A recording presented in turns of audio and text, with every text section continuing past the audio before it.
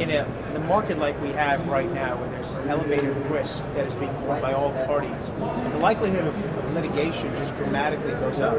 And one of the things I always advise my clients to be careful about is the venue in which your disputes are going to be resolved and the law that's going to apply to those disputes.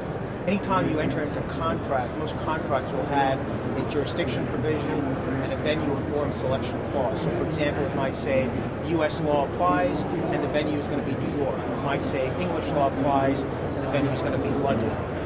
Those are the two defaults. Those are the ones we see most often. But the problem is you will many times have cases where the cargo is going to, let's say, Houston. You've got a shipper that's in Houston. You've got the vessel coming to Houston. You've got a freight forwarder that's based in Houston. All the parties that are needed to resolve any dispute arising out of that cargo move are in Houston. And yet, when things happen, the contracts force all these parties to go and present their claims in a venue like New York or London. So when you're entering into these engagements, just be mindful about where would it be most advantageous for your party to resolve the dispute. The other thing to keep in mind is beyond just the logistics of the dispute is what law is beneficial. If it turns out that London law, English law, or New York state law, for example, is more beneficial to you, then negotiate for that law.